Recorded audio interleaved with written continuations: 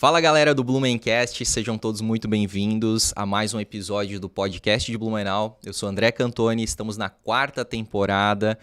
Dessa vez, quase finalizando a série de candidatos à Prefeitura de Blumenau do ano de 2024.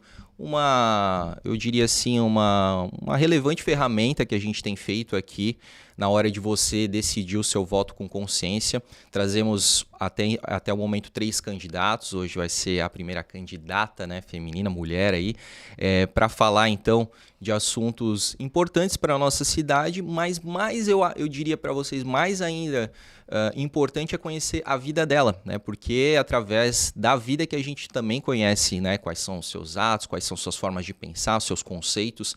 Então, como o podcast aqui se propõe a conhecer um pouco da biografia, da trajetória pessoal, profissional e política, por que não dizer, dos nossos convidados, a gente faz questão de primeiramente ouvir um pouco da vida dela, tá? Para a gente poder fazer aí a apresentação formal, mas antes de fazer a apresentação formal dela, eu quero também dizer para vocês que o Blumencast convidou todos os candidatos de forma alfabética e as pessoas, aí, os candidatos que não estiverem posicionados de forma alfabética, porque não puderam vir naquela data e a gente deixou aí para os últimos episódios, tá? A gente alterou essa ordem aí.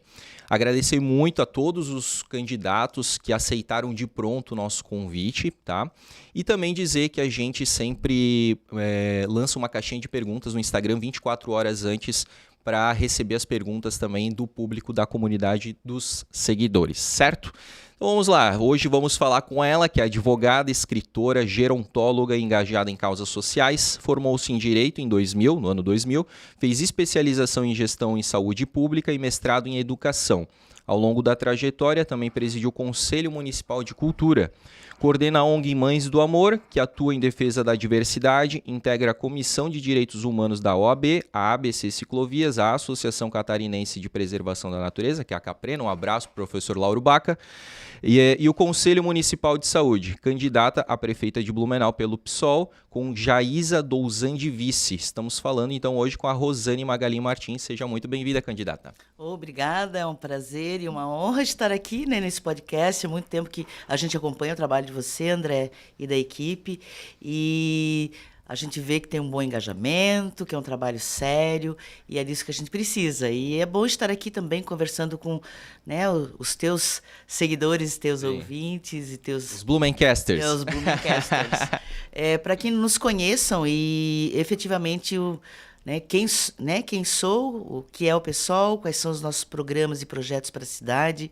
É um espaço democrático e muito importante. Obrigado pelo convite. A gente que agradece mesmo pelo teu tempo. A gente sabe que uma campanha, os compromissos são muitos, as entrevistas são muitas, os debates são muitos. E o que a gente praticamente mais ouve, é a questão da falta de tempo. É uma coisa que a gente tem reforçado aqui no nosso espaço, que a gente dá tempo para o candidato expressar suas ideias, expressar suas respostas, com tempo importante para que ele possa contextualizar. Hoje a gente vive aí de redes sociais em que são segundos de resposta e isso pode ter uma falsa interpretação, pode não, geralmente tem uma falsa interpretação do público, então a gente gosta de reforçar que esse espaço aqui é um espaço que a gente tem mais tempo mesmo, dedicado, os candidatos têm dado esse feedback positivo, e inclusive os nossos seguidores, quem assiste aqui a gente tem percebido e tem nos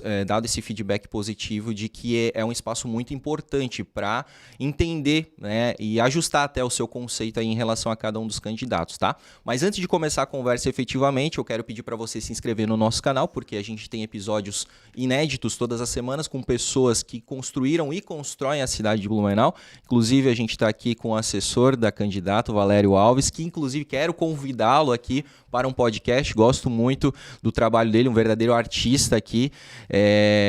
Conheço ele das capas de lista telefônica, então já trabalhei na Guia Fácil. Então, assim, o trabalho dele é fantástico, está aqui presente também. Registrar a presença da nossa amiga a Júlia também, que está aqui no estúdio, tá? E também pedir para você Seguir o @Blumencast nas redes sociais, no Instagram. Hoje somos quase 110 mil seguidores, né, lá.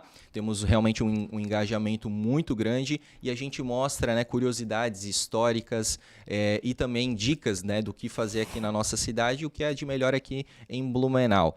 Se você não tiver muito tempo, ou se você tiver conhecidos que não tenham muito tempo de acompanhar esse episódio na íntegra, você pode acessar o Cortes do Blumencast. Lá a gente fatia o corte principal em vários momentos importantes para que você possa assistir aí de 5 em 5 minutos, de 10 em 10 minutos, enfim, quando der tempo, tá? E também temos esse episódio disponível nas plataformas de áudio, Spotify, Deezer, Apple Podcast. Você pode aí acompanhar essa nossa conversa no carro, indo para o trabalho, viajando, fazendo uma atividade física ou doméstica, certo? Também agradecer aos nossos patrocinadores, primeiramente aí a Rádio Mix Blumenau por estar cedendo esse espaço aqui, com Jack na operação, equipamentos profissionais. Se você também quiser criar o seu próprio podcast aqui na cidade, você pode entrar em contato com o estúdio da Rádio Mix, Mix Blumenau Oficial, nas redes sociais e pedir o seu orçamento para começar o seu projeto. Também agradecer a Lavô Blumenau, primeira lavanderia de autoatendimento da nossa cidade é a Lavô Blumenau. E Plano Boa Vida, para as coisas boas da vida, boa vida. Candidata, vamos lá começar esse papo e a gente sempre pergunta para quem nunca veio aqui no Blumencast, né? Se o nosso convidado nasceu em Blumenau. Você nasceu em Blumenau? Sim, nasci em Blumenau, no bairro da Glória. É do Reino do Garcia. Não era do Reino, na época era o bairro Garcia mesmo, né? O meu pai trabalhava como tecelão e depois mecânico da Artex. Da Artex, não da empresa industrial Garcia. Era da empresa industrial Garcia, tá depois Artex, né? Aqui é história, tu acha o quê? 4 anos estudando. Eu nem falei da empresa industrial Garcia porque as pessoas nem têm essa memória, né? Porque faz muito tempo. E a minha mãe trabalhava na eu vou falar um nome antigo, Meia Zering, que depois transformou a Companhia Hering no Bom Retiro. Então, família de trabalhadores, escola pública. Os meus avós, é coisa que pouca gente sabe, meus avós vieram para Blumenau, os avós maternos, os pais da minha mãe. Eles vieram lá de Lages, parece que havia alguma dificuldade de emprego, alguma coisa lá. O meu avô e minha avó, com 5 filhinhos, pegaram um trem, vieram até Blumenau, buscando alternativas de vida e pararam ali onde hoje é a prefeitura, um pouco antes tinha era a estação principal, né? Isso, pararam ali. Isso foi muito contado na minha família e foram morar embaixo da figueira. Sério? Embaixo da figueira da prefeitura ali? Eles eram... Na época não tinha prefeitura, era a estação, mas já tinha figueira ali. Sim, eles eram moradores de rua. Caraca. Sempre que eu falo isso, eu falo, André, com muita dor, porque eles sofreram muito. Aí eles estavam ali, uma ninhada, né? O meu avô, minha avó, minha mãe pequena, os 4 irmãos. E, à época, eu não sei se era o Ercílio D, que eles falavam, mas eu não lembro, porque eu ouvi essas histórias pequenas. Mandou um fiscal retirar eles da figueira, porque enfeiava a cidade. E aí meu avô, minha avó, recém-chegados, estavam uma semana, com medo dos fiscais, foram morar, sabe aonde? Embaixo da Ponte Fabril. Hoje a Ponte Amarela, linda. Sei. Ficaram morando ali por algum tempo, até o meu avô, né, conseguir um terreno para capinar, alguma coisa, porque ele queria trabalhar para sustentar os filhos. Sim. E ao relato que as minhas tias iam pedir esmola na rua de Blumenau. Então, eu vou fazer um gancho depois disso para as pautas que a gente tem. Então, assim, se não fosse a bondade, a generosidade das pessoas à época, década de 50, talvez eu não existisse. Então, é a origem da minha família, de muito pobre, de migrantes que vieram a Blumenau tentar a vida. Depois, o meu avô, minha avó e os meus tios foram morar na favelinha de Farroupilha, que ficava ali na prainha ali, né? Isso, na Ponta Aguda. Chegaram a morar ali? Sim, moraram anos. Aí a minha avó teve mais filhos, a minha família materna é bastante grande, eles eram 14. No total, 14. 14 filhos e 4 que morreram, então eram 18. Eu sempre tive muita dó da minha avó por ter tido tanto filho. Mas não tinha programa de natalidade, de prevenção. Então essa é a origem, né? Muito pobre. Depois meu pai e minha mãe trabalhadores, se conheceram, foram trabalhar e uma coisa que eles sempre me disseram, Rosane, estuda. Estuda para ti não ter que passar o que a gente passa, né? O meu pai reclamava muito dos resíduos de malha, né? Né? Que dava doença pulmonar, tal. E a minha mãe também, ela era manual, depois costureira da Hering. Ela queria que eu trabalhasse no escritório da Hering, mas não na costura. Então, no chão de fábrica. Eu fui, não que há um menosprezo, tenho o maior orgulho. Meu pai e minha mãe trabalharam até se aposentar e até meu pai morrer nessas funções.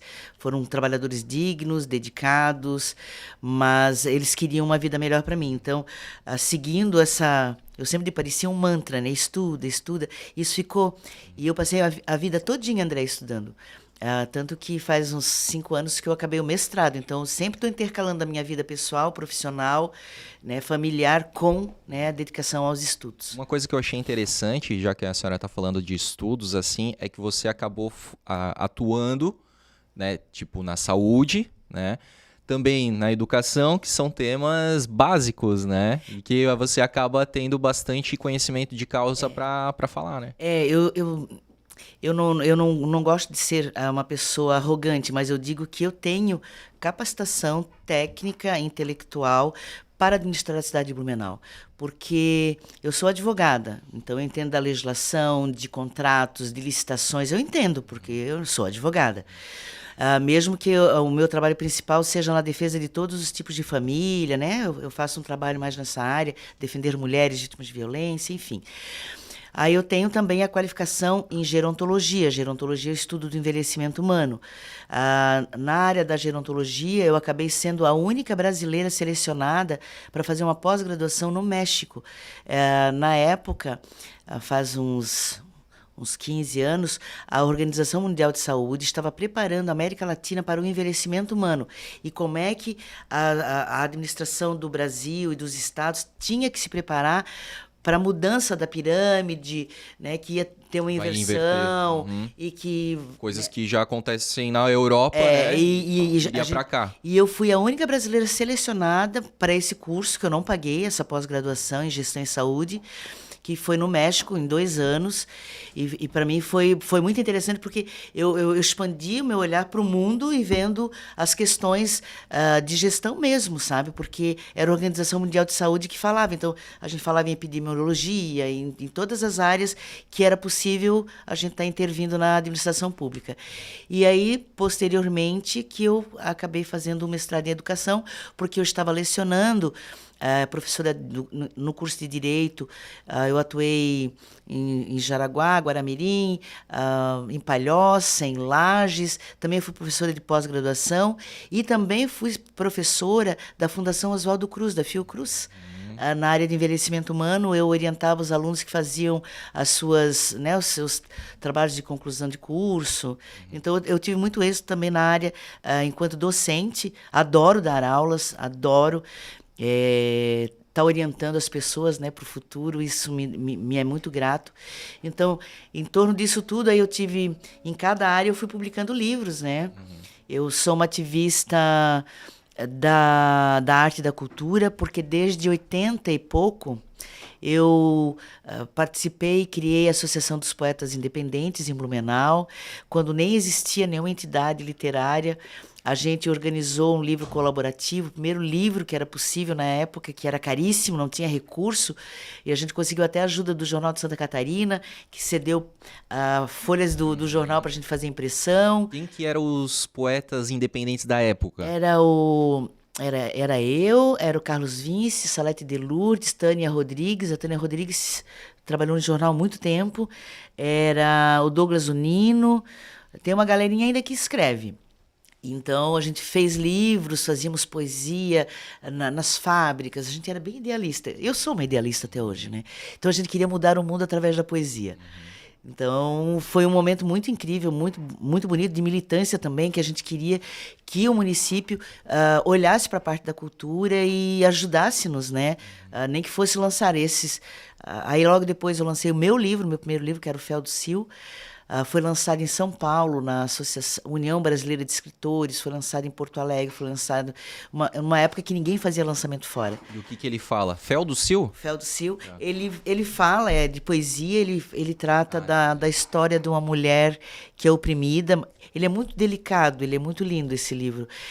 São poucos poemas, mas de muita intensidade, que fala da mulher que é oprimida, que sofre, que ama, mas sofre, que quem ela ama não a ama. Não é piegas, tá? É uma coisa bem forte. E que ela consegue se libertar dela mesma, dos medos dela e dos outros, e só ela, com ela mesma, se respeitando, é que ela vai ser feliz e encontrar outra pessoa. Então, esse é o primeiro livro individual meu. Aí depois fui para o movimento estudantil, porque eu queria estudar. Na época eu não tinha condições de pagar a faculdade, que era cara, e continua, né? A FURB ainda tem uma das maiores mensalidades da região. E por conta de não ter dinheiro para pagar a mensalidade, a gente foi se meter no movimento estudantil. Então, eu fui vice-presidente do DCE à época. Então, tipo assim, para ser vice-presidente do DCE, tu teve que entrar. Aí, conseguisse entrar pagando e não, tal. eu entrei e fiquei devendo. E aí a gente foi atrás. Eu acho que na época eu fiz FIES, era um financiamento estudantil. Já tinha FIES?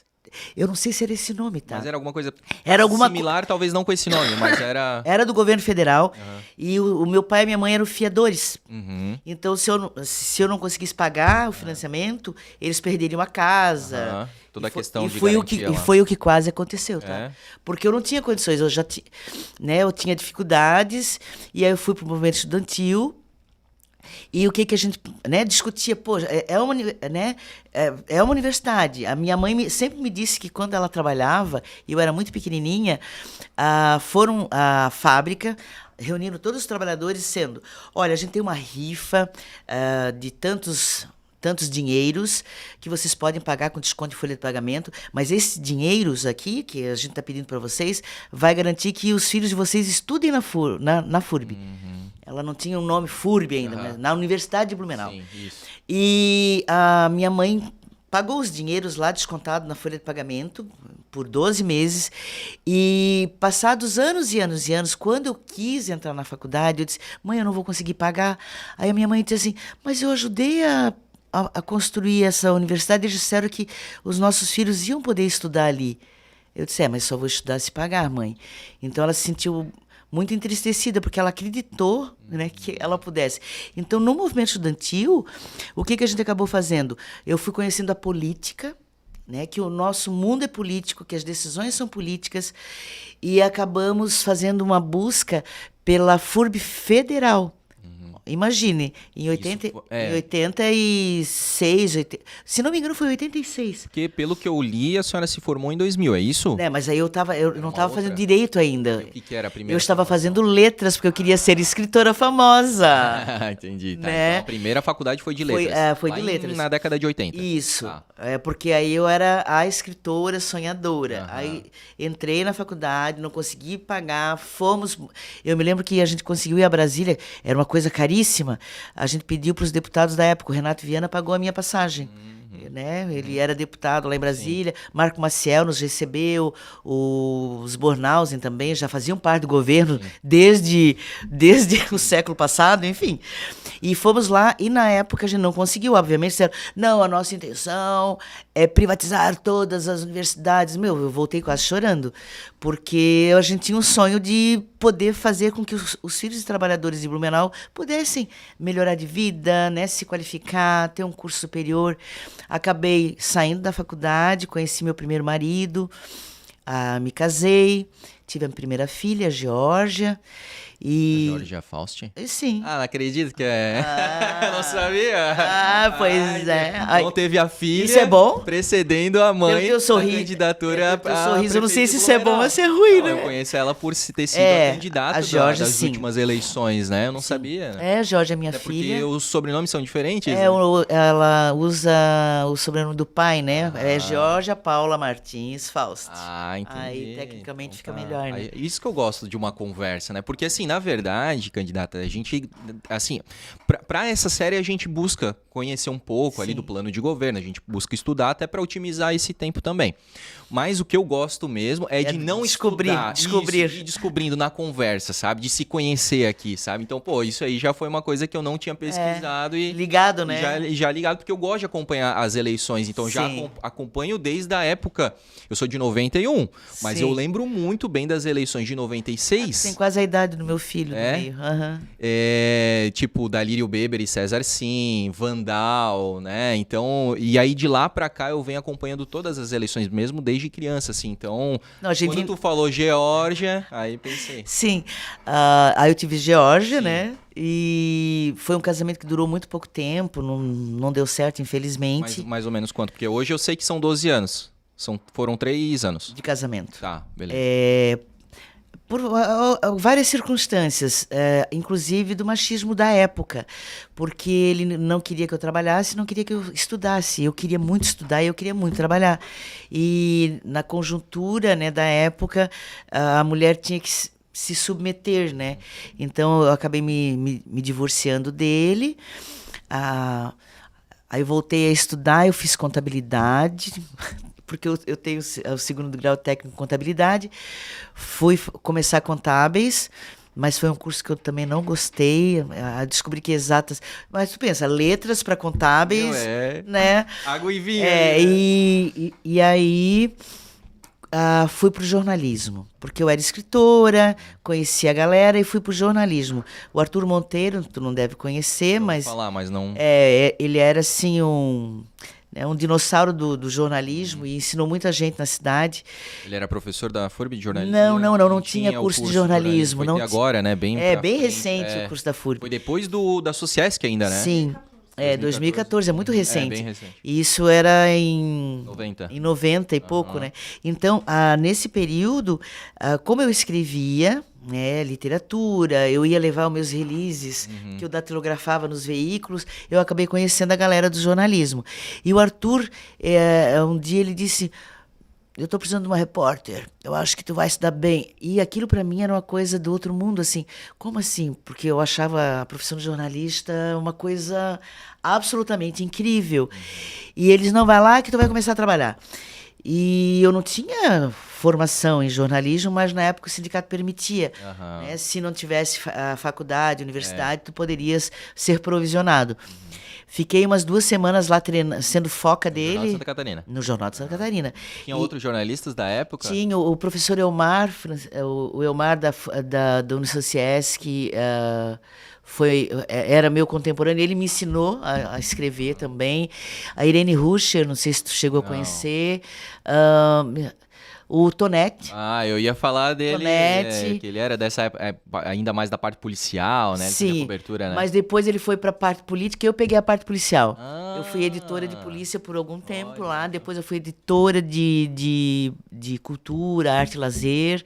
A gente tinha essas coberturas bem... Lembra da parte de policial, se teve algum caso da tua época que tu cobriu que foi repercutido? O sequestro dos Brandalize?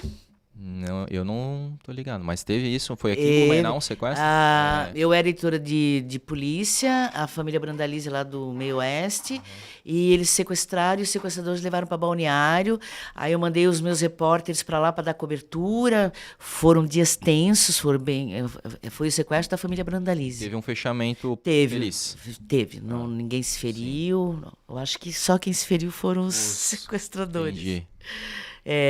E foi um período bem... Meu Deus, assim, eu acho que foi um período absolutamente incrível da minha vida, porque eu estava em todos os lugares, né, fazendo coberturas, entrevistando...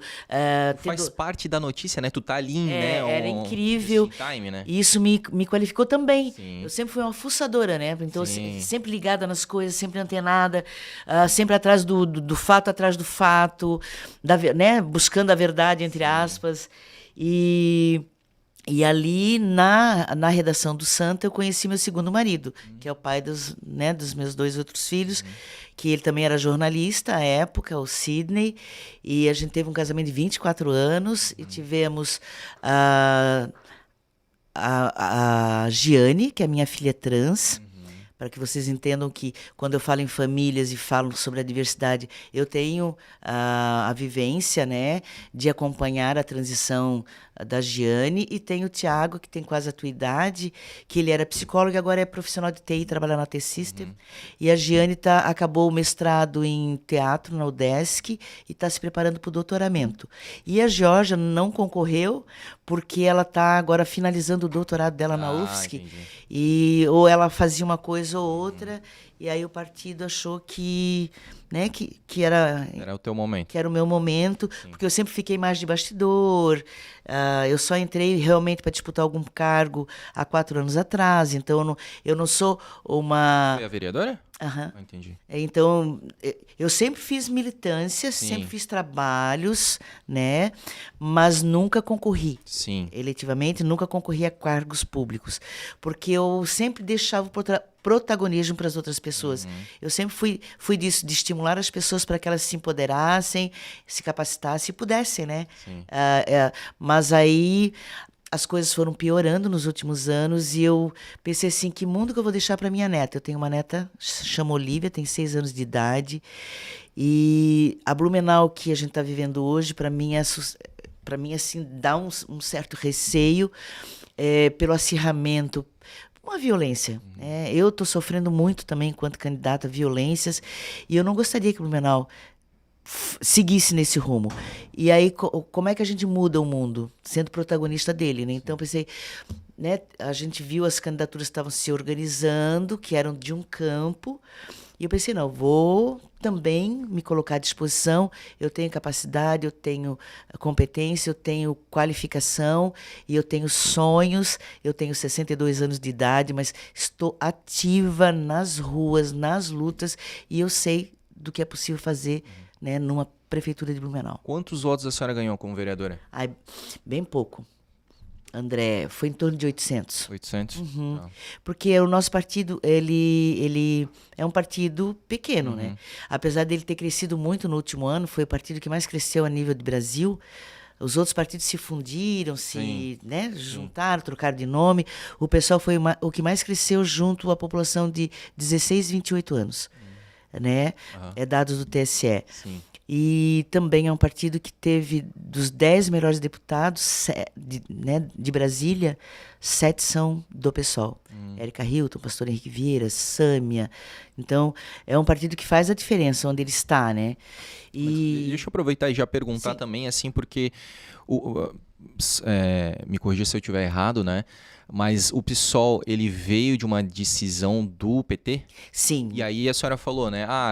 A gente viu quem eram os postulantes ali, aí eu decidi colocar. Existe, né, uma via ali de esquerda que é o PT. Qual que é a tua visão em relação a isso? Porque eu acho que teve alguns momentos que... Não sei se já houve uma parceria ou sempre que existia um posicionamento do PT, o PSOL vai estar ali próximo, tipo assim, com... Bem, para as pessoas entenderem, o PSOL realmente é uma dissidência do PT, quando o PT promoveu uma reforma da Previdência e as pessoas que eram contra aquela reforma, que ia prejudicar a vida das pessoas no futuro, que a gente tem hoje pessoas que, em vez de ganhar um salário mínimo, 2 estão ganhando menos. Enfim, essa reforma a gente entendeu que foi muito dramática, principalmente para as pessoas pobres que estão envelhecendo e que precisam de dinheiro para comprar remédio, enfim, a gente foi uma dissidência sim há 18 anos atrás. Aí o pessoal foi criado. Foi difícil, um partido que sai de um partido grande quanto era o PT, mas a gente foi se constituindo, a gente está em todos os estados. Aqui em Santa Catarina a gente está disputando, acho que em 40 municípios, ou a vereança, ou nas majoritárias. O partido Socialismo e Liberdade, então tem uma liberdade para que cada composição faça sua análise de conjuntura e veja o que seja melhor. Aqui em Blumenau havia a organização do que diziam que seria uma frente de esquerda, né? a gente fica observando esses movimentos. Alguns partidos que estão, né, nominados não têm uma militância efetiva em Blumenau, são partidos que 2, 3, 4 pessoas. Nós somos um partido mais consistente, a gente está em Blumenau já há algum tempo, disputando os espaços, e nós nos diferenciamos, obviamente, do PT. Tanto que agora, durante o horário eleitoral, não sei se você percebeu, que nós temos os candidatos, eu sou direita, eu sou extrema-direita, eu sou direita. E aí tem uma outra candidatura que diz assim, eu não sou nem direita nem esquerda. Então, eu entendo que o PSOL, nesse momento, se coloca como uma candidatura à esquerda, com pautas que são do nosso partido. Nenhum candidato nosso a vereador, nem nós da majoritária, podemos rasgar as pautas do partido. É compromisso nosso. Não existe esse negócio de, eu vou assumir, vou defender tal pauta. As pautas são orgânicas do partido. Então, a gente vê que em determinadas conjunturas, a gente até esteve com o PT, por exemplo, para as eleições presidenciais, né? As últimas, 2022. Aí a gente, o Boulos abriu mão de ser candidato a presidente para apoiar Lula, porque na nossa análise, né, obviamente, a gente respeita todas as posições políticas, era o melhor ter uma democracia. Tipo aquela questão do voto útil, assim, em vez de dividir votos, vamos juntar naquele momento, então, às vezes, quando a conjuntura indica e ser necessário, a gente, né, apoia, ou eles apoiam. Por exemplo, lá o Boulos tem a vice, que é a Marta, que é do PT. É uma conjuntura deles, que eles decidiram. E aqui em Blumenau tomamos decisão diferente. Então, nós vamos concorrer, vamos fortalecer as nossas pautas, deixar bem claro quem somos e o que pretendemos, e se assumirmos a Prefeitura de Blumenau. Perfeito, entendi. E queria voltar um pouquinho lá, porque daí, isso que também eu acho legal, assim, a gente vai falando de outros assuntos, vai pensando, né? Ainda falando ali da tua infância, né? Teus pais, então, são trabalhadores da indústria têxtil, né? Você bem falou. Tu acha que foi dali que tu começou essa questão da militância, assim? Porque tem muito isso, né? Das fábricas, né? Uma organização de... Deixa eu te dizer... de sindicato. Eu estar concorrendo me fez rever várias lembranças, né? Porque imagino. todo mundo pergunta. E eu lembro, a minha avózinha, a mãe do meu pai, ela... Tu vê, isso faz muito tempo, né? Ela era safrista da Souza Cruz. Ela saía de bicicleta lá da Glória e até a Souza Cruz de bike. Ela trabalhava de 6 em 6 meses porque era conforme a safra. Né? Aí ela vinha toda... O Garcia todo ficava com aquele cheiro de... Ai, horrível. Sério. Tem gente que lembra com nostalgia, né? Ai, aquele cheirinho. Não era. Eu lembro bem do cheirinho. Era uma fedentina. Minha avózinha chegava em casa, eu ia abraçar ela, tinha aquele cheiro, ela ia tomar banho antes. Sim. E ela suja, né? né? O cheiro de fumo mesmo. E tanto ela quanto meu pai, quando era época de... Teve um período ali na ditadura que eu me lembro do meu pai, para eles falarem de política, eles iam para o banheiro. Ele, meu tio, eu dizia, o que vocês estão fazendo no banheiro? Eram os meus tios tudo dentro do banheiro, falando baixinho, porque não podia falar alto, porque se algum vizinho soubesse... Era bem assim. Sim. Então, assim, porque mandaram votar no Zadrozny. O Zadrozny é dono da fábrica, como é que ele quer... Para que ele quer ser candidato? E aí, eu lembro que meu pai dizia que não ia votar porque ele já era rico, já era empresário, por que ele queria mandar na cidade? Né? Eu acho que isso sempre ficou... Por quê, né? Por que né, pessoas ricas, pessoas poderosas, pessoas que já têm a sua vida resolvida, por que querem mandar na cidade? Porque, poxa, vão criar mais empregos, mais negócios, vão prosperar. Enfim, é uma coisa que eu era pequenininha, eu não entendia de política, não entendia. Mas eu entendia que eles eram já críticos, né? E tinham medo de fazer a crítica. A minha avó também, ela era Arena, não, era UDN... E a Arena. E a Arena, Aí a minha avó... Tu vê, ela era uma mulher, cara. Não era comum mulheres falarem de política. A minha avó, a mãe do meu pai, falava que ela não era Arena, que ela era o DN, que, né? Enfim. Então, eu tive uma infância onde a política ela ficava sendo cochichada, não era dita, né?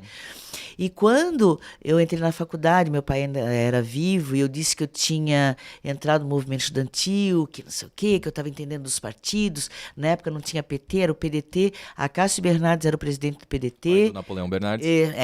Que deve estar se revirando no túmulo hoje, porque eu conheci muito, né, o Acácio, e aí eu fiz parte da Juventude Socialista do PDT na época. E o Acácio ele era um socialista de fato, assim, ó.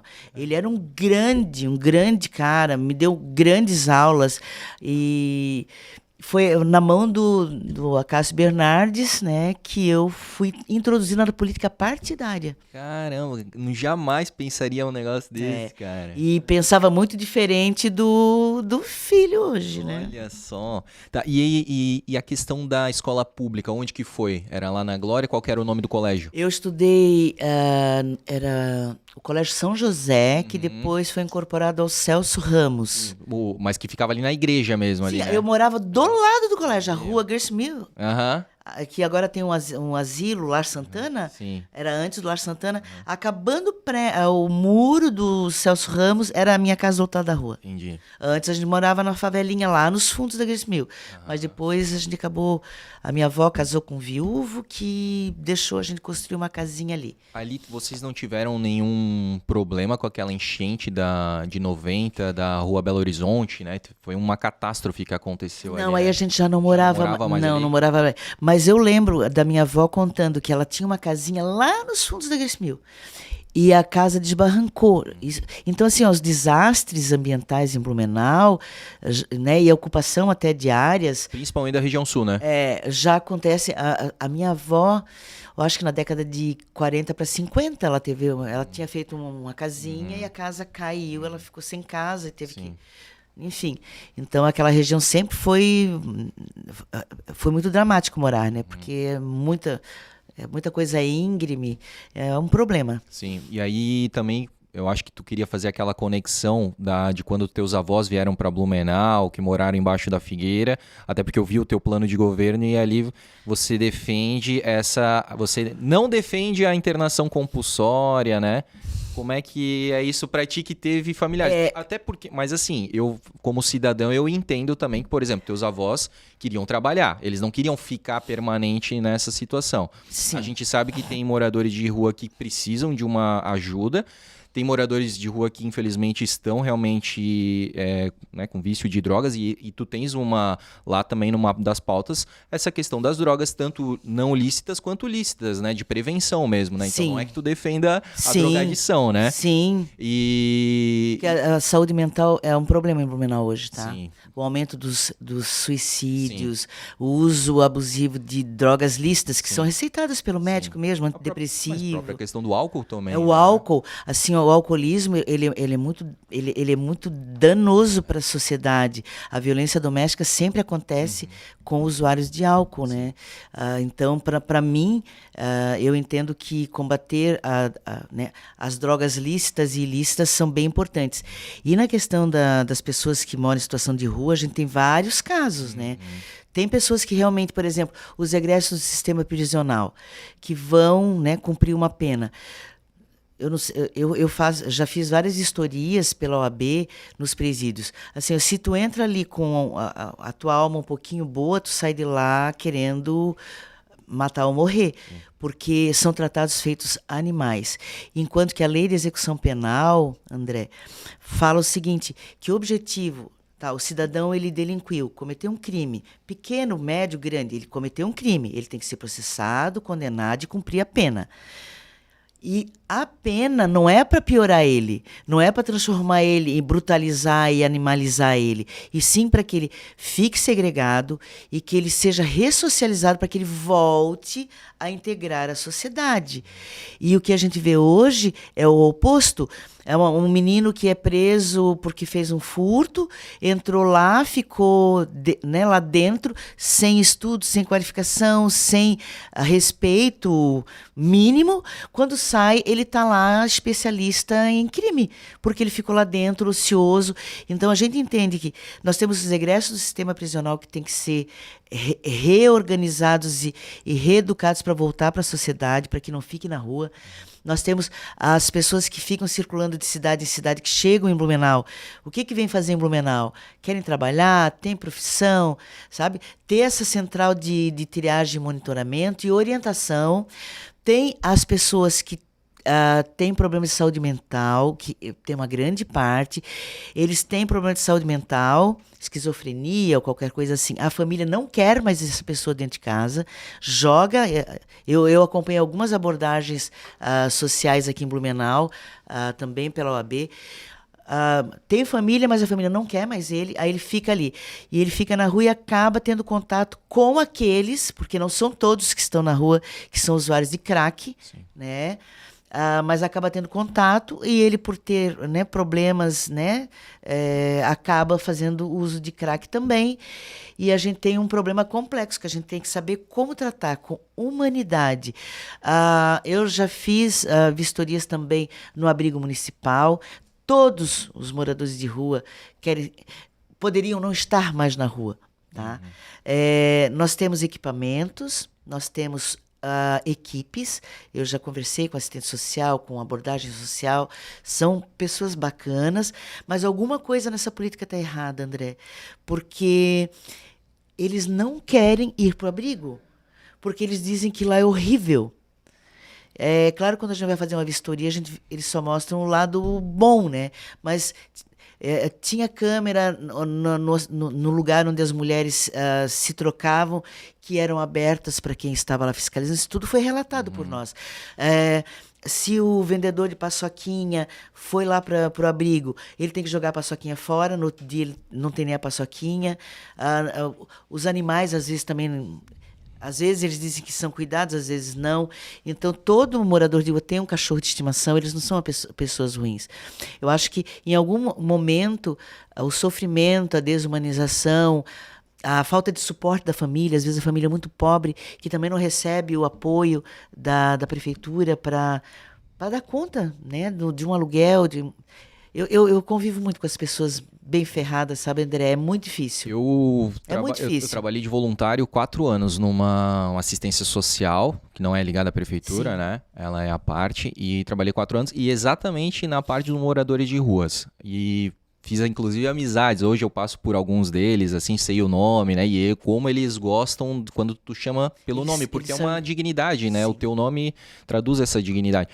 Mas eu percebi, aí eu falo isso com causa, que existe uma questão chamada disciplina. Muitos deles não têm essa disciplina de, tipo, trabalhar, de acordar cedo. Eles querem essa liberdade de estar na rua, né? De novo, eu não estou generalizando. Então, assim, quando eu também não estou falando do Ambulu como é que é lá, porque eu nunca fui, então não posso dizer se é maquiado só para quando visita, assim, ou se não é, né? Não é horrível, mas a forma que eles são tratados dentro do equipamento.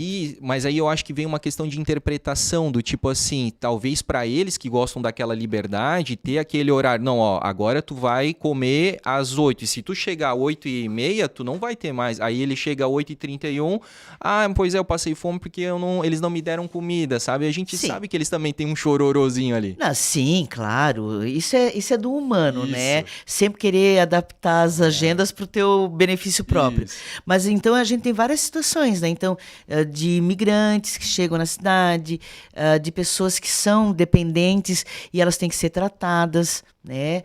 Tem as pessoas que estão na rua porque não tem outro lugar para ficar, que também a gente pode resolver. E tem aqueles que têm a liberdade também de não querer estar em lugar nenhum e sim na rua. E aí a gente tem que dizer, tá, então, onde é que tu vai ficar? Tu não pode ficar eternamente na rua, né? É uma situação que, para mim, é muito delicada e que a gente tem que olhar com muita humanidade e ver, porque assim, tem recurso, tem equipe, tem as instituições. Rever, reorganizar e fazer a abordagem. Não estou dizendo que tudo que está sendo feito até agora é ruim. O número de moradores de rua aumentou, né? A gente está com... Eram 100 e pouco, agora a gente está com 400 e pouco. Não é um número exagerado diante de uma cidade que tem 380 mil habitantes, uma cidade próspera, que muita gente é atraída para vir para cá, porque aqui tem festa, aqui tem cerveja, aqui tem mulher bonita. Tem trabalho também. E tem trabalho, mas aí a pessoa chega aqui e ela não está qualificada para o trabalho. Então, às vezes, basta a gente ter esse banco de trabalho e ver, tu quer ser pedreiro, tu quer ser carpinteiro, e qualificar essa pessoa e ela consegue sair. Então, quem vem atrás de trabalho, quem vem atrás de educação, né, reorganizar isso. Eu acho que dá para fazer um trabalho belíssimo, respeitoso, e de recuperação das pessoas mesmo, né? E aquele que é doente, que é o dependente químico, principalmente que estão nas ruas, são os de crack, né? Aí tem que tratar. Sim. Tem que tratar. Daí, nesse caso, como é que fica? A senhora é a favor da assim, internação essa lei municipal... Ela é recente, né? Ela é recente e ela é inconstitucional, André. Porque assim, já existe a internação compulsória na legislação. Mas daí já existe nome diferente, daí não, tipo mas assim... é a mesma coisa. Eu acho que é a mesma coisa. Eu, enquanto advogada, eu já fui procurada por algumas famílias para fazer internação compulsória dos seus filhos. A compulsória é o seguinte, a pessoa não quer... E o juiz disse que tem que. Aí eu tive que cumprir vários requisitos judiciais, com laudo médico, laudo psicológico, né? E eu atendi mães que queriam tratar seus filhos. Então, é uma coisa que eu faço há muitos anos. Então, essa lei é só para jogar para a torcida, dizendo que agora... Mas agora tu retira o juiz, né? De cena, porque daí se é involuntária, daí já não é mais compulsória e aí tu já não tem... Eu não sei se tu entende, aí também a legalidade disso fica, né, fica duvidosa. Então, isso sempre existiu. Eu já fiz várias internações, aí vai para o hospital, a gente pedia vaga pública, pedia para o SAMU vir buscar. Eu já fiz várias disso. Então, a gente sabe do sofrimento das famílias, das mães, né? E já existia esse mecanismo. Então, essa lei municipal veio só para... jogar para a torcida, porque efetivamente isso sempre pode ser feito. Sempre pode ser feito. Da mesma forma, eu te pergunto daí, né? A questão da multa para usuário de drogas, porque assim, até agora não houve uma multa, né? É a lei. É porque assim, também é inconstitucional. Blumenau, assim, de quando em quando é lei municipal que é declarada inconstitucional. Aquela de abordar gênero e sexualidade na escola, agora foi julgada faz umas 3 meses, julgada pelo STF que a lei de Blumenau é inconstitucional e que não pode mais ser aplicada a restrição.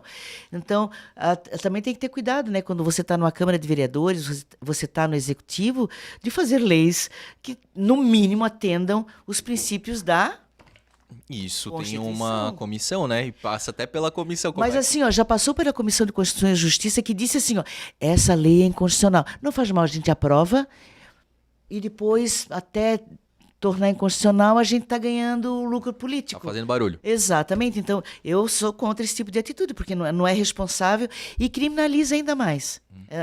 Assim, o problema hoje em Blumenau não é... assim, se existe consumo de crack, consumo de cannabis, de êxtase, de drogas sintéticas, de cocaína... né? Eu quero que prendam os traficantes, eu quero uma polícia efetiva para quem ganha dinheiro com o tráfico em Blumenau. E não é essa gurizada que está aí na rua. Quem ganha dinheiro com o tráfico em Blumenau, na região do Vale do Itajaí? Eu quero uma polícia efetiva para prender traficante. Porque se prende o traficante, acaba o problema. E tudo, assim, a gente sabe que a quantidade de usuários é enorme. A gente não pode tapar o sol com a peneira. No mundo todo, né? Sim, isso. As apreensões que acontecem aqui são gigantes. Mas assim, o que aprende mais? Tu acompanha a pesagem? Maconha, né? Maconha, né? E cadê a cocaína que rola nos altos clubes de Blumenau? E cadê os êxtases que estão nas baladas? Mas o que eu digo é o seguinte, se tu for prender todo mundo que usa, vai faltar cadeia, né? Mas assim, se for pegar um menino que faz uso de um cigarro de cannabis, ou o cara que faz uso de êxtase, ou né, de droga sintética aí nas baladas, de cocaína, olha, Blumenau vai faltar cadeia, né? Sim, pois é, isso que eu digo. Então porque, eu quero tratamento igual, porque para a polícia é bem forte, né? Pro guri que tá lá fazendo uso na praça de skate, aí é bem forte. Mas a galera que tá cheirando cocaína, eu nunca vi uma apreensão assim. Nunca vi uma abordagem assim. Igual energia. Igual a energia. Porque assim, eu entendo que o conceito utilizado Até é correto. Tu diminui a demanda, obviamente que a oferta ela vai ser restringida e o traficante vai parar de ter esse financiamento. Que quem financia o tráfico é o usuário, isso não tenha dúvida. Se não tem mercado, isso é uma questão bem básica de mercado. Mas assim. A mão invisível do mercado. Não, mas qualquer um que compra droga tá comprando do traficante, porque não existe uma... Ou do subtraficante, né? Enfim. Isso, vai repassando e tudo mais. Como também na lei seca dos Estados Unidos também não podia beber. Aham. E daí tinha... É o mercado, né, paralelo. Exatamente. Né? Então, o ser humano, de novo, a gente volta para a questão do ser humano. É a história do humano, né? Sempre transgrediu, sempre fez uso, jeitinho. sempre... Isso é do ser humano, Exato. foi, é e sempre vai ser. Então, se é um problema na cidade, a gente tem uma PM, uma polícia civil competente, né? A gente, inclusive, teve uma reestruturação da polícia aqui em Blumenau para crimes, para tráfico, para... Enfim, se reorganiza, aumenta efetivo e vamos trabalhar na prevenção, vamos trabalhar para prender os traficantes. Eu acho que isso já vai dar uma aliviada bem boa. Sim, e aí falando da tua vida um pouco pessoal, você falou ali dos teus casamentos, né? Então hoje você tá no terceiro casamento? Sim, 12 anos já. 12 anos. É com ele? É! Mais uma surpresa! Mais uma surpresa, eu não sabia, rapaz. Com o Valério, cara. Olha só, então, daqui a pouco terei um casal aqui que já foi no Blumencast, então, pra conversar. Valério. O que eu queria te perguntar? Da tua primeira vivência, você falou que ele era mais machista e tudo mais, Sim. né? Mas nunca houve nada de agressão física? Eu queria saber psicológica. Sim, é só o fato de não querer permitir que eu trabalhasse e estudasse. Um E só ficar assim em cerceamento da casa, tua liberdade, lavando, né? passando, cozinhando, pra Sim. mim já é uma violência Sim, psicológica claro. grave, né? Sim. Mas com essa pergunta, eu quero saber o seguinte: isso te fez ainda mais militar por essa questão do Sim. feminismo e Sim. tudo mais? Quando o segundo, como é que foi? Também teve esse cerceamento? Ou foi Não, mais não. tranquilo? O meu segundo casamento foi um casamento bem bacana. O Sidney, ele era jornalista como eu, depois ele foi trabalhar na FURB, depois ele foi diretor do shopping Neumarket, de marketing. A gente fez faculdade junto, porque eu dizia assim, ó, a gente não tinha faculdade ainda quando a gente se conheceu, porque eu tinha feito meias faculdades, e só em 91 que a gente decidiu, não, nós vamos ter que nos profissionalizar, nos capacitar. Então, Foi bem a época do shopping, né? Ele não é de 91? É um pouquinho depois. 93, então. Porque aí... 91 acho que é o Beto Carreiro. O que aconteceu? Eu já tinha a Georgia, tinha o Tiago, e a gente queria fazer faculdade. Ele disse, então eu primeiro faço publicidade, que tinha aberto na FURB, e depois tu faz. Eu disse, não, ou nós dois fazemos juntos ou ninguém faz. E aí eu dei uma peitada ali, e aí a gente decidiu o quê? Que ele ia fazer faculdade à noite e eu de manhã. Então, e aí a gente revezava no cuidado dos filhos, levar, buscar, colégio, Albert Stein, não sei o quê, pra lá e pra cá. E foi assim que a gente fez. Ninguém abriu mão da sua vida pessoal, profissional, né? Nem acadêmica e nem do filho. Aí a gente trabalhava, cuidava dos filhos, pagava aluguel lá na Jorge Lacerda e fazia faculdade. E foi assim, foi pesado. 2 filhos, aluguel, 3, 4 trabalhos. Praticamente vocês não se viam, né? Não, praticamente não se viam. Aí sábado e domingo era faxinar a casa, limpar, né, as coisas, aí o carro caindo aos pedaços, foi pauleira, mas a gente conseguiu, né? Eu consegui me formar em Direito e já comecei a advogar. Então, mais tarde, eu não sou uma advogada que começou lá com 18, 20 anos. Eu comecei com 35, 36 anos.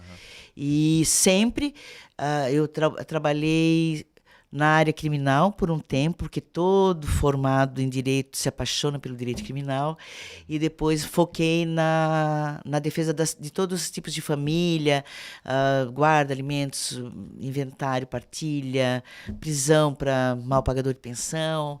Aí foi uma vida dedicada a isso, né? Uma vida profissional dedicada a isso. E aí, já que tu falou ali de essa defensora de várias famílias, né? Entra até a questão da Giane. Sim. Ela é trans. Sim. Eu queria que tu explicasse pra gente, né, como é que foi esse processo, porque quem eu acho que não tem um caso muito próximo na família não consegue entender muito bem. É muito importante que a gente desenvolva empatia, né, e solidariedade. A Giane é a minha filha mais nova, ela nasceu em 98, então ela tem 26, né? Uhum. 26 anos, é jovem. E a Georgia tem 42. Então, eu tive filhos a cada 8 anos. A Giane é a mais jovem. E aos 16 anos, 15, 16 anos, a Giane começou a se identificar e a se apaixonar por meninos. Né? E chegou um dia que ela conversou com a família, comigo, com os irmãos, né? Que ela seria um menino gay, né? Um adolescente gay. Né, eu nunca tive problema com isso, eu sempre me relacionei com todas as pessoas, isso nunca foi pauta para mim, me relacionar ou não com alguém, a sexualidade dela, né? E aí, passados mais 3 anos, ela foi estudar na Unicamp, fazer teatro na Unicamp, me orgulho muito disso. E lá na Unicamp, ela começou a perceber que ela não era um menino gay, que ela não se identificava como um homem gay. E ela foi estudar, pediu para fazer terapia lá na Unicamp, eles têm um suporte bem bacana para isso, fez terapia. Ao voltar para Blumenau, um dia teve uma conversa com a gente, disse, olha, eu não quero me identificar nem sendo um homem, com todo o estereótipo de homem, violento, agressivo, eu posso, eu pego, e nem com a mulher. Ai, sim, senhor, nem o estereótipo da mulher, né, passiva, frágil, né, rosa, azul. E ela começou a se identificar como uma pessoa trans não binária, que aí a sigla é LGBTQIAPN, o N é do não binário. Então, cada letrinha dessa é uma orientação sexual, é uma forma de expressão de gênero que existe na sociedade desde que o mundo é mundo. Né? Diferente de que muitas pessoas alegam, é uma epidemia, não é uma epidemia. Quando a gente diz assim, essas pessoas têm o direito de ser quem elas são, né? E serem respeitadas, e a sexualidade delas diz respeito a elas, e isso não é contagioso, isso não é uma opção. Não é que a pessoa, agora eu vou ser lésbica, agora você vai ser gay, se eu tocar em ti, o germe do gay vai... Não existe isso, é uma coisa de dentro da pessoa, que sempre existiu na história da humanidade. E aí, o que a gente faz? Né? Respeita e dá todo o suporte e apoio para a Giane. Ela é profissional drag, ela faz espetáculos, ela é maravilhosa, drag Perséfone. E a pesquisa dela foi sobre a pedagogia drag, é uma pesquisa inédita até no Brasil, bem importante. E, por conta da Giane, eu comecei a olhar mais para isso, né? Então, olhar mais para as pessoas, e várias pessoas começaram a pedir ajuda, que eu era advogada já, por ser mãe da Giane. E eu percebi que em Blumenau existia muitos casos de LGBTfobia, de violência, de demissão por preconceito, e a gente resolveu criar uma ONG com mães de pessoas LGBTs. Então, mães de gays, de lésbica, de trans, de bi. É a Mães de Blumenau. É a Mães do Amor em Defesa da Diversidade. A Mães do Amor. Tá. Isso é bem recente, tá? Antes disso, eu já participei de outras entidades, de literatura, de grupos de mulheres feministas. Eu sempre estou envolvida em coletivos. E na nossa ONG, a gente começou a fazer ações e começamos a ser agredidas. Eu nunca pensei que em Blumenau, uma ONG que reúne mães pudesse ser vítima de ataques e violências. E fomos. Como é que foi isso? Eu não sei se tu chegou a ler ou ouvir. O ano passado, a gente foi fazer um piquenique na Ramiro, no Parque Ramiro, e o tema era Jesus é amor e no amor cabem todas as cores. A gente convidou um pastor evangélico para fazer uma fala, porque muitas pessoas LGBT foram expulsas das igrejas e elas têm muita carência. E a gente fez essa fala.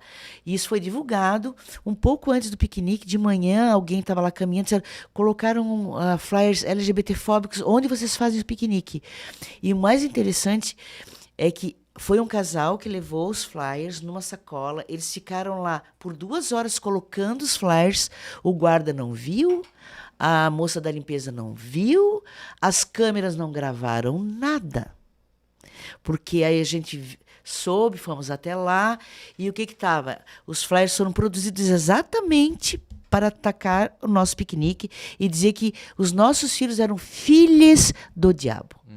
Eu não consigo. Como é que alguém que participa de alguma igreja, acredita em Deus, fala que os nossos filhos são do diabo? Os nossos filhos só querem amar, ser respeitados. Então, começou uma insistência, sim, de perseguição contra a nossa ONG. Aí o prefeito não implantando os serviços adequados para o tratamento das pessoas LGBT. A gente pediu a implantação... Teve a questão do outdoor também, né? Meu Deus, olha só. A gente faz uma ceia de Natal na minha casa, tá? Na minha casa, com doação das pessoas. A gente não pede um centavo para o poder público. A gente faz sozinho para abrigar pessoas LGBT que estão ou longe da família ou foram expulsas das famílias. Um jantar. E aí o Valério, obviamente, né, fez o outdoor, que a gente pensou, como é que a gente... Eu só tinha dinheiro para fazer um outdoor. Eu lembro onde é que é, do lado do Terminal da Fonte. Exatamente. Para ver como... A gente só tinha dinheiro para fazer um outdoor. Ainda a gente conseguiu um desconto na impressão, a gente pediu muito, porque eu queria alcançar as pessoas trans que estão na periferia. E que às vezes não estão ali no Instagram, no Facebook. Eu só quero para dizer que vai ter a ceia e que você será bem-vindo. E aí foi bem, né, o Valério, Santa Ceia com a toalha LGBT. Meu Deus, assim, tu não tem noção.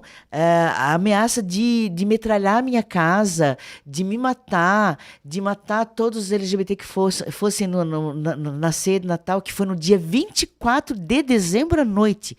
Eu abro mão do meu momento pessoal para acolher essas pessoas. E fomos atacados assim duramente, foi horrível. Pedimos, Blumenau está muito difícil. A gente também fez a parada esse ano, a parada LGBT, pedimos para a guarda de trânsito nos dar, né, vai ter a parada, vai sair da FURB até no Arroio. Um trajeto pequeno, pois acredita que o prefeito não permitiu? Ele não permitiu que o CETERB fosse fazer a segurança nossa para a marcha para Jesus. Tem todo o aparato, é na frente da prefeitura, é com guarda, com o prefeito lá em cima. E por quê? Por que esse ódio das pessoas LGBT? Nos partidos da direita não tem pessoas LGBT? Tem, porque eu conheço. Tem em todos os partidos de extrema-direita, de centro, mas só eu tenho coragem de falar sobre isso, que todas as pessoas que vivem no Blumenau têm que ser acolhidas nas políticas públicas. Então, quando eu falo as pessoas pretas de Blumenau sofrem preconceito, sofrem. Né? E o que é feito? Então, falta sensibilidade do poder público acabar com esse preconceito. Essa distinção, né? Essa distinção. E não é assim, são vítimas de violência, sim, são expulsos de banheiro. Como advogada da ONG, eu trabalho o tempo todo, o tempo todo. Né? A gente evita alardear muito porque as pessoas sofrem, as pessoas LGBT sofrem muito. Mas é um trabalho que a gente faz constantemente. E os ataques são muitos e a prefeitura, por conta dessa... Assim, o Estado é laico. O prefeito não pode administrar uma cidade, nem de direita, nem de centro, com viés religioso. Não pode. Não, tu é neopentecostal, tu é evangélico, não importa a tua religião. Tu vais professar a tua religião na tua comunidade, no teu templo, na tua igreja. Né? Faz os teus rituais. Agora, na administração da coisa pública, tu tem que atender o interesse de toda a população. E não só de uma parte dela. Então, quando ele tira, né, os LGBTs de todas as políticas públicas, o atual prefeito, o novo também vai continuar com a mesma... O novo de todos os aspectos. Quem pegou, pegou. Quem pegou, pegou. Se tu exclui uma parcela da população, tu não está sendo democrático, né? Então, se assumir dia 1º de janeiro de 2025, vou administrar para todas as pessoas. Todas as pessoas. Teve eu acho que até no primeiro debate ele foi citado houve ali não sei se foi um teatro, alguma coisa, houve uma cena cultural pela ali, secretaria e tal. Ai, que bom que tu fala sobre isso, que agora eu vou barranca abaixo. Mas deixa eu só te perguntar antes, a tua filha fez parte como drag, porque ela é uma artista, né? Ela tava lá no... A Giane, ela veio a Blumenau porque era assim, ó, esse projeto de cultura que foi aprovado num edital com todos os critérios, quem seleciona são outras pessoas contratadas de fora de Santa Catarina, por área, é um edital, né? É o projeto Somos Muitas. Então, o Somos Muitas justamente queria trazer as pessoas LGBT para aprender a propor, a trabalhar com teatro, e contrataram, né, pelo projeto, pessoas LGBT. Então, era um projeto feito por LGBTs, para LGBTs, né, e aberto ao público também. Esse projeto, ele compreendeu várias coisas. Foi uma semana de atividades. Uma semana. Então, tinha oficina de produção, oficina de capacitação, tinha de inclusão de pessoas LGBT surdas, deficientes. Foi um evento incrível. Só que uma parte do projeto, que ele compreendia várias partes, e a Giane, a minha filha, ela deu uma palestra. Mas não foi no evento citado. Ela não estava naquele dia, nem eu estava. Porque eu estava no aniversário do Giovanni Saibat, que é do Mais Bicicletas. Eu estava no aniversário dele e não estava nesse espetáculo do A Segunda Eva. A Segunda Eva aconteceu. É um espetáculo de uma drag que é ambientado num bar e a bebida faz parte do espetáculo. Está descrito na cenografia, na dramaturgia, e é isso que acontece. E foi feito na Fundação de Cultura. A bebida era cênica, o Fábio trouxe de casa alguma coisa, eu acho que o Gregory, que é diretor de teatro, também trouxe algumas coisas que foram doadas ali para fazer a cena. Porque esse espetáculo, Somos Muitas, ele acontece em Blumenau desde 2020. Ele foi exibido em 2020, 2021, 2022, 2023 e 2024. Interessante que só em 2024, véspera de eleição, já pré-candidaturas, é que esse espetáculo que foi visto em diversos espaços, que eu vi esse espetáculo várias vezes, é que virou problema. E sempre foi aprovado esse espetáculo com verba de editais, do edital da Fundação de Santa Catarina, do edital daqui, do edital de outros municípios, sempre foi exibido. E nunca foi problema. E aí o que acontece? Fizeram uso da pauta LGBT para criminalizar LGBTs, para jogar a população contra, dizendo que tinha pedofilia. Eu vi esse espetáculo várias vezes. Não tem nada de pedofilia, pelo amor de Deus. É dinheiro público, jamais que teria. Que teria pedofilia, que por trás daquele espetáculo eram pedófilos. Tanto que esse sujeito, esse canalha que fez essas fake news, e o amigo do canalha, e o outro amigo do canalha, todos que reproduziram, a maioria do Partido Novo, tá, estão sendo processados. A gente já conseguiu a exclusão dessas fake news, porque eles mentiram, dizendo que tinha menores. Sabe qual é o menor que estava lá? Um pré-candidato do Partido Novo que tinha 17 anos e 10 meses. Ele já foi lá tudo tramado. Então foi uma vergonha. Pra filmar, no caso, tramado. Eu sou de menor. Cara, o cara tinha 18 anos. Ele já era pré-candidato novo.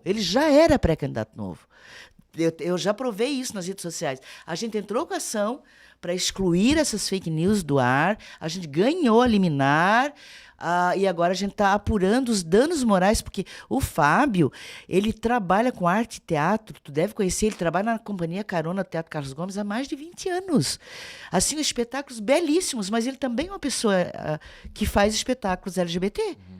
E aí, duvidar da integridade do caráter dele, ele tem mestrado em teatro, é um homem super incrível, maravilhoso. Aí, para levantar a bola. E assim, e as coisas estão passando do limite. A mesma pessoa que fez a divulgação dessa fake news está me atacando sucessivamente, André. Assim, semana passada, segunda, ele insinuou, ele fez uma edição do debate que eu fiz na FURB, eu e os outros candidatos. Foi um debate bacana. Ele ficou 1 minuto só colocando interjeições. Tu está falando comigo. Ele colocou assim, 1 minuto de interjeições e dizendo que eu tinha fumado maconha. Foi denunciado a Justiça Eleitoral, Foi retirado esse vídeo dele. Ele recebeu a intimação do juiz eleitoral, um candidato, cara, que quer ser vereador da cidade. Passou 2 dias, ele fez outro vídeo contra mim. Fuma. Meu Deus, cara, aí lá tive eu que acionar advogado de novo para tirar, foi tirado ontem de novo. Já acionei a Polícia Federal, porque a violência de gênero na política é proibido, tem uma lei para isso. Eu vou pedir a prisão dele, tá? A condenação, vou pedir danos morais. Eu não vou admitir que façam violência de gênero e queiram se sobrepor em cima da vida da galera LGBT, querem ganhar votos. Eu não vou admitir. Eu sou uma pessoa séria, honesta. O único vício que eu tenho, eu fumo cigarro. E não é de maconha. Eu não sou usuária. Mas também não tenho nenhum problema com quem use. Tá? Não tenho problema. Mas eu não sou. Então, quando ele diz, ele está fazendo isso para quê? Para subir na pauta dele. Meu, eu tô cuspindo no microfone. Não, tem uma espuma, ela absorve. Tá tudo certo. Né? E para criminalizar a nossa candidatura e a vida das pessoas LGBT que me são tão raras e caras. Sim. Né? E deixa eu te perguntar também a respeito de um outro evento que aconteceu, mas esse eu nem entendi nada, simplesmente eu vi na página do prefeito que tinha lá um cancelado. Tal. Eu não sei o que era, eu não consegui nem entender o que era. Assim, o prefeito tem algum problema grave com as pessoas LGBT. Eu queria ser terapeuta dele para saber qual é o problema dele. Era assim, ó, palhaçaria para todos. Tá. Projeto aprovado também. O Todes, tu acredita? O que o Todes faz na vida de uma pessoa, cara?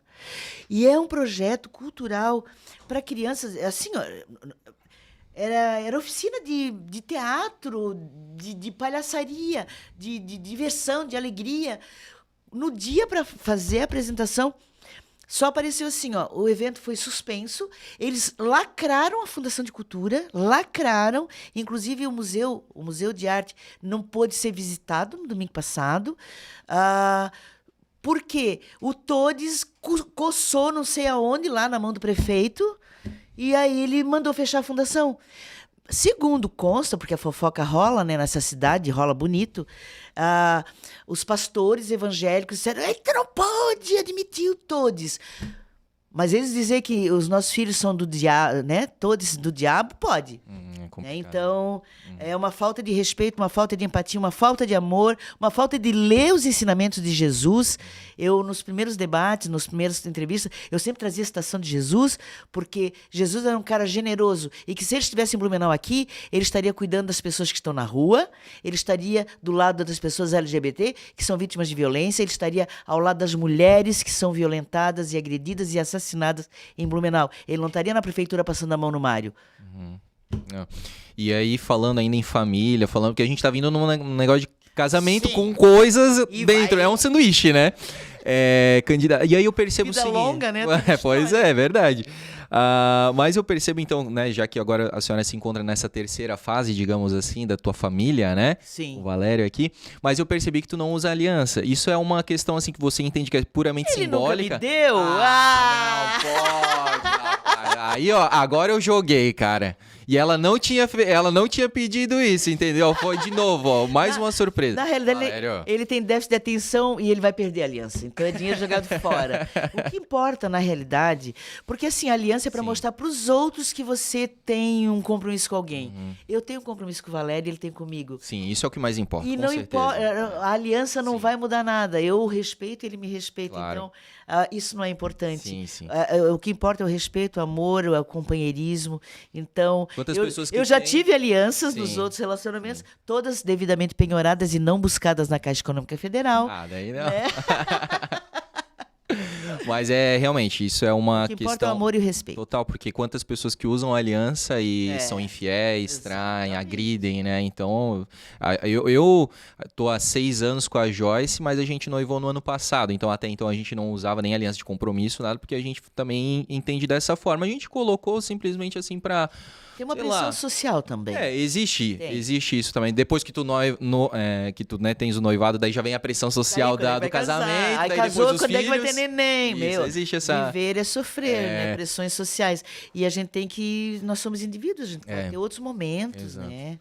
Eu nunca imaginei que eu fosse ter 3 casamentos, que eu tivesse 3 filhos, que eu tivesse uma neta maravilhosa.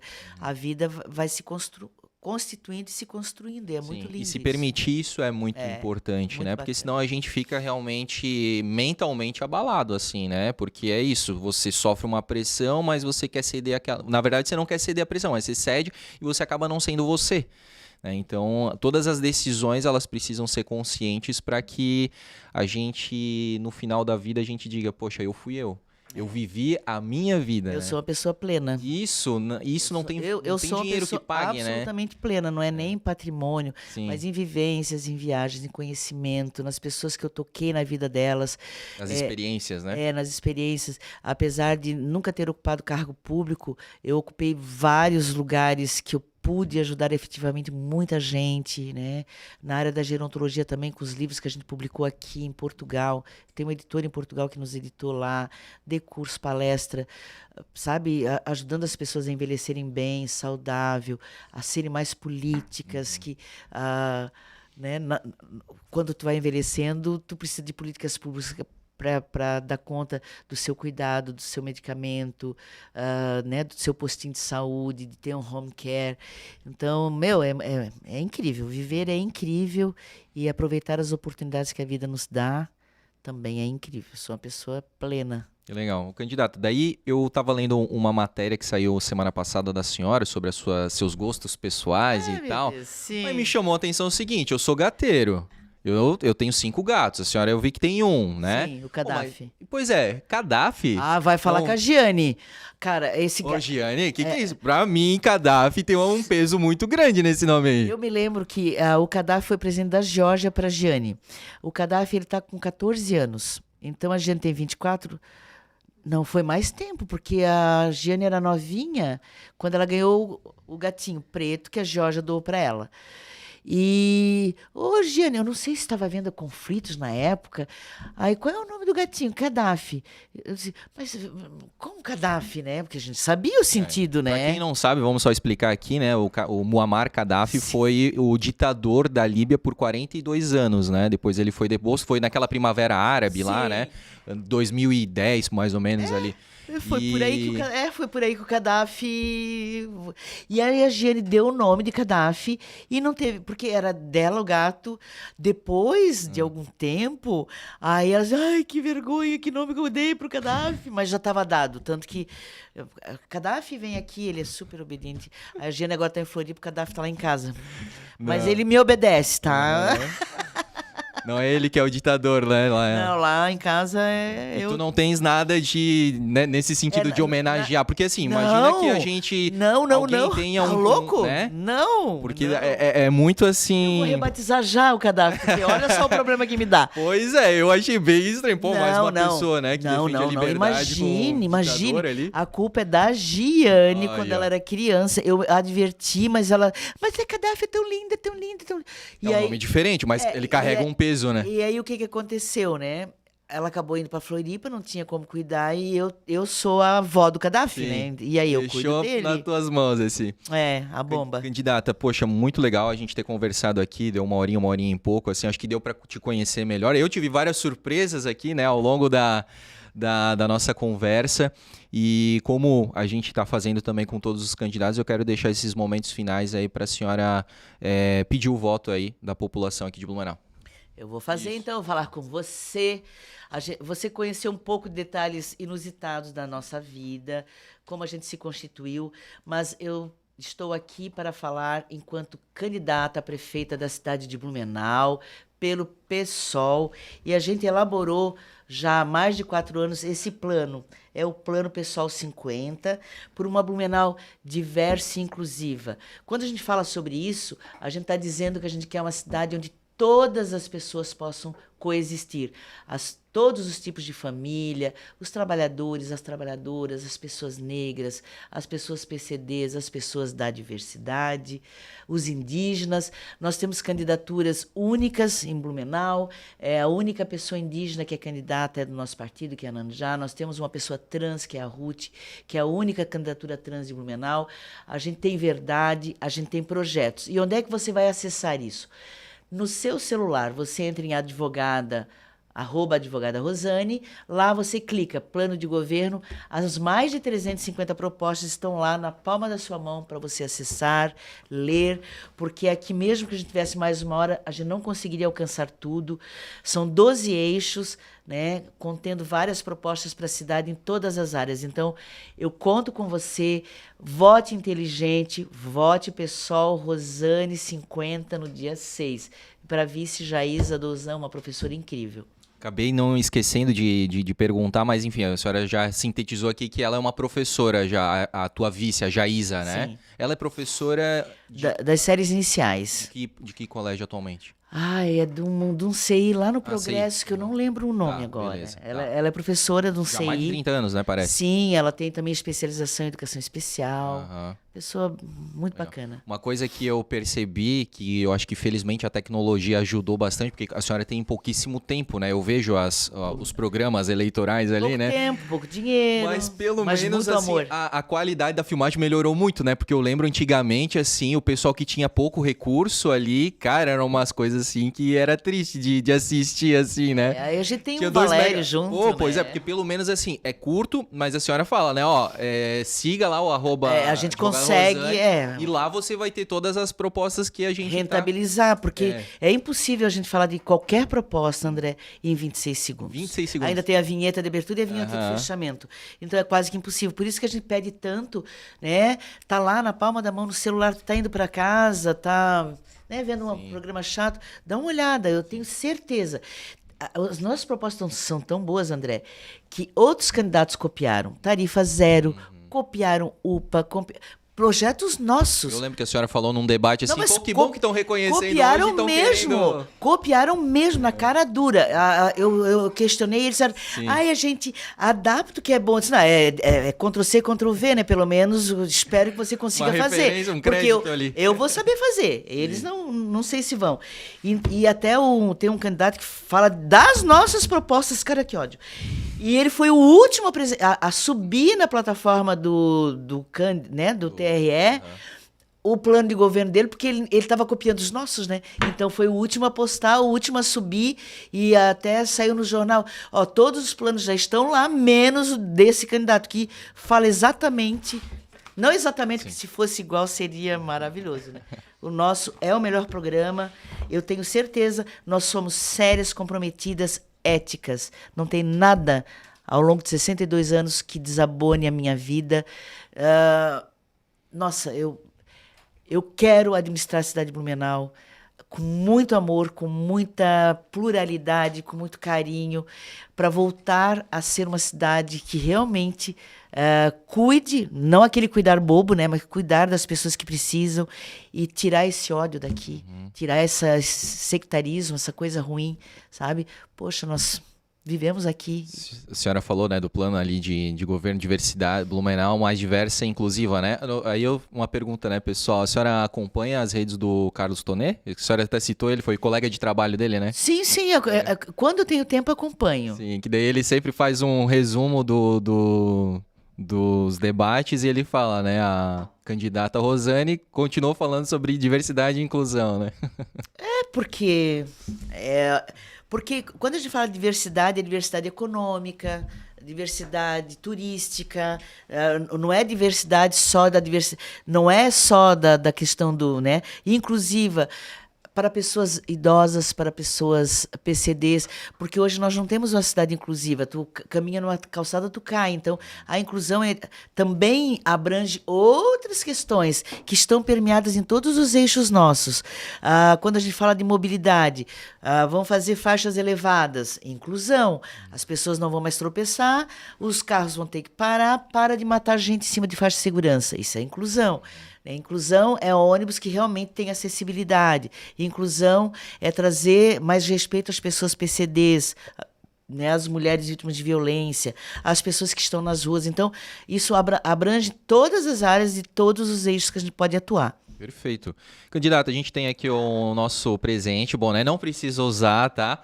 Mas, enfim, se tiver aí, de repente, né, fazendo uma caminhada aí, um bandeirado, se tiver com muito sol, a gente sabe que o Blumenau é muito quente, né? Sim. A gente tem aqui o nosso boné da NZ Caps, e aí a gente sempre reforça aqui que a gente, quando é uma mulher, né, a gente gosta de colocar esse camurciado aqui, que é diferenciado. A gente percebe que a candidata Rosane é uma mulher muito elegante. Obrigada. E aí, né, ela merece também assim um material diferenciado, delicado. E eu quero também mostrar aqui, ó, que eles personalizaram com o nome da candidata. Mas agora eu vou usar. Entendeu? Não, agora eu uso. A gente só não uso. colocou o Martins, a gente acabou colocando a Magali aqui, tá? Que Mas é o muita nome do gente me meio. conhece como Rosane Magali. Então fechou. E aí eu quero também, né, enquanto eu vou entregando aqui para a candidata esse boné do Blumencast, dizer para vocês que vocês também podem entrar em contato com a @NZCaps. Olha ali, ela falou que não ia colocar, colocou ali, ó. Viu? Ela gostou. Nós é do hip hop, Também, nós né? é da galera da perifa. Então, e aí você pode também, a partir de uma peça aqui, pedir e encomendar o seu boné pela NZ Caps, tá? A gente é parceiro aí da NZ Muito Caps, a gente legal. gosta bastante do trabalho deles, que é um boné de qualidade, tá? E os Bem bom nossos, mesmo. né? É isso, candidata. Muito obrigado, então, tá? Pelo teu tempo aqui. Eu que pelo agradeço. bate-papo, pela conversa. Foi bem esclarecedor. Desejamos sorte. Falta mais um pouquinho aí, né? Pra chegar dia 6 de outubro, né?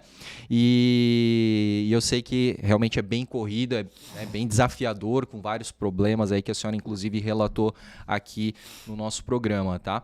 Então, quero, né, novamente aí desejar a sorte para a candidata Rosane Martins, agradecer muito pelo tempo dela. Ela foi a 4ª entrevistada aqui no Blumencast. Teremos, então, a nossa última convidada na próxima semana. Agradecer muito aí a todos vocês que estiveram presentes, que estiveram aí assistindo o podcast de Blumenau. Não esqueça de deixar o seu comentário, o seu like, compartilhe para que mais pessoas possam conhecer. Eu tenho certeza que você assistindo pelo menos, né, esses 5 episódios aqui, você vai ter uma outra visão, você vai ter aí pelo menos um voto mais consciente, tá? A gente sabe que os debates são muito curtos, os programas eleitorais são espremidos e nem sempre você consegue ali estar conectado em todas as redes sociais. Às vezes você, né, tá numa bolha e você não consegue furar essa bolha também. Eu acho que aqui com o Blumencast, como a gente gosta, né, de trazer a democracia, trazer o contraditório também, para que você possa ter a sua opinião formada de forma mais embasada, a gente está sendo essa ferramenta, tá certo? Grande abraço para vocês, fiquem todos com Deus. Eu sou André Cantoni e até lá. Tchau!